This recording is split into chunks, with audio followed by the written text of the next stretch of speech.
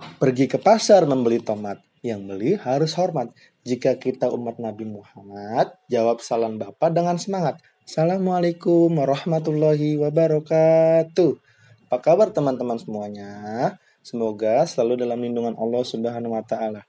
Salawat serta salam tidak lupa kita kirimkan kepada junjungan kita Nabi Muhammad SAW yang telah mengantarkan umat manusia dari peradaban hidup yang jahiliyah menuju pada peradaban hidup yang modern, yang penuh dengan kemajuan ilmu pengetahuan dan teknologi seperti yang kita rasakan saat ini. Semoga kita semua termasuk hambanya yang taat, yang berhak mendapatkan syafaatnya di hari akhir kelak. Amin. Oke teman-teman, kali ini Bapak ingin menyampaikan kisah inspirasi dari Al-Quran, surah ke-18, yaitu surah Al-Kahfi. Pada suatu zaman, di sebuah negeri bernama Efesus, hiduplah 7 orang pemuda di tengah masyarakat yang musyrik dan raja yang kejam. Sehari-hari, mereka menyembah berhala dan melakukan kegiatan yang melanggar aturan Allah Subhanahu wa taala.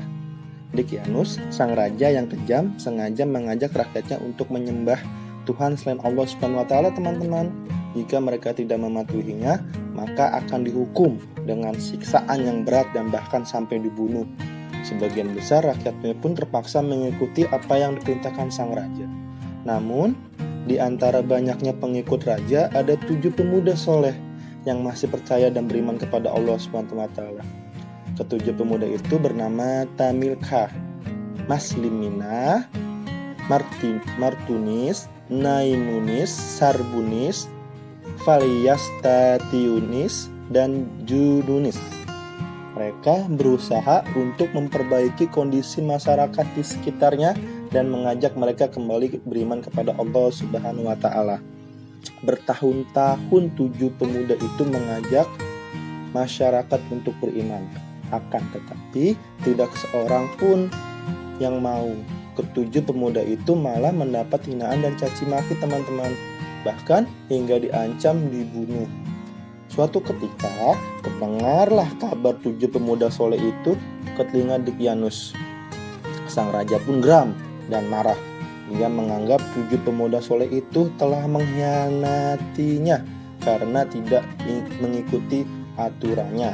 Dia langsung memerintahkan pasukan khusus kerajaan untuk menangkap dan membunuh mereka.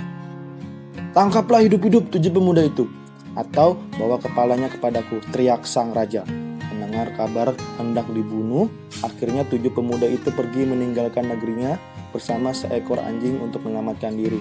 Di tengah perjalanan, mereka menyumpai sebuah goa yang berukuran cukup luas, teman-teman, karena mereka kelelahan setelah dikejar-kejar oleh sang raja dan beserta pasukannya. Lalu mereka tertidur dalam gua tersebut. Rupanya Allah Subhanahu wa taala sayang kepada 7 pemuda soleh itu. Allah hapus semua jejak-jejak langkah kaki mereka menuju gua sehingga tidak ada satupun tanda-tanda kehidupan di dalamnya. Allah Subhanahu wa taala melindungi dan mengawasi mereka siang hingga malam. Lalu Allah membuat mereka tertidur lelap dalam waktu yang sangat lama. 1 tahun berlalu, 5 tahun, 50 tahun, 100 tahun. Setelah tahun ke-309, Allah Subhanahu wa taala membangunkan mereka. 7 pemuda itu merasakan badan mereka lumayan segar. Lalu di antara mereka saling bertanya tentang lamanya mereka tidur. Salah seorang di antara mereka mengatakan bahwa mereka tidur hanya beberapa jam saja. Namun yang lain mengatakan mereka tidur setengah hari. Ada lagi yang mengatakan bahwa mereka tidur selama 1 hari 1 malam. Tidak lama, kemudian beberapa orang di antara mereka diutus pergi ke kota untuk membeli makanan. Karena mereka semua merasakan lapar, mereka pergi dengan membawa sekantong uang perak.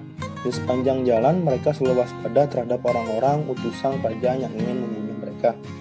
Tiba di kota, pemuda itu pun membeli makanan. Ketika hendak membayar makanan, pedagang itu terkejut, teman-teman.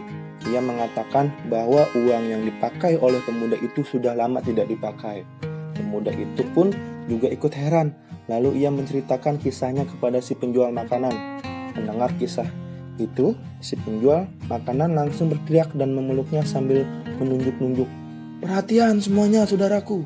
Inilah 7 pemuda Ashabul Kahfi yang ceritanya sering kalian dengarkan. Mereka sudah kembali kata pedagang makanan. Seluruh pedagang dan pembeli di pasar itu pun dibuat terkejut dan terheran-heran. Mereka semua mendekat, mengerumuni pemuda-pemuda itu sambil memuji kekuasaan Allah Subhanahu wa taala. Setelah 309 tahun tertidur, negeri Efesus sudah berubah. Raja Dikianus yang kejam pun sudah mati. Kini seluruh masyarakat sudah beriman kepada Allah Subhanahu wa taala.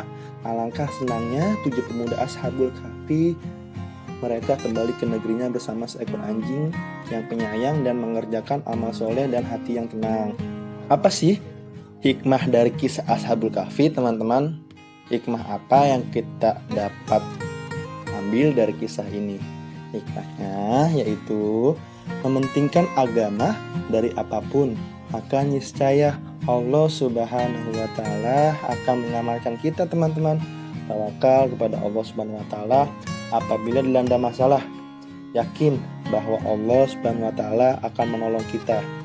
Dalam kisah ini juga bercerita tentang betapa cintanya para pemuda tersebut dengan agama mereka, hingga mereka lebih memilih melarikan diri, bersembunyi di gua dan meminta pertolongan kepada Allah. Sungguhnya siapa saja yang berlindung kepada Allah Subhanahu wa taala, niscaya Allah akan melindungi kita dan bersikap lembut terhadap kita. Masya Allah. Serta menjadikan orang-orang yang sesat mendapatkan hidayah atau petunjuk, teman-teman. Semoga semua umat Islam dapat menjadikan para pemuda Ashabul Kahfi ini sebagai contoh teladan, mempertahankan keyakinan agama mereka tanpa takut apapun kecuali hanya takut kepada Allah Subhanahu wa taala. Sunan Kudus pergi ke Tuban. Pakaian putih sangat bersih. Waalaikumsalam sebagai jawaban. Kuucapkan pula terima kasih. Dadah teman-teman. Assalamualaikum warahmatullahi wabarakatuh. Terima kasih.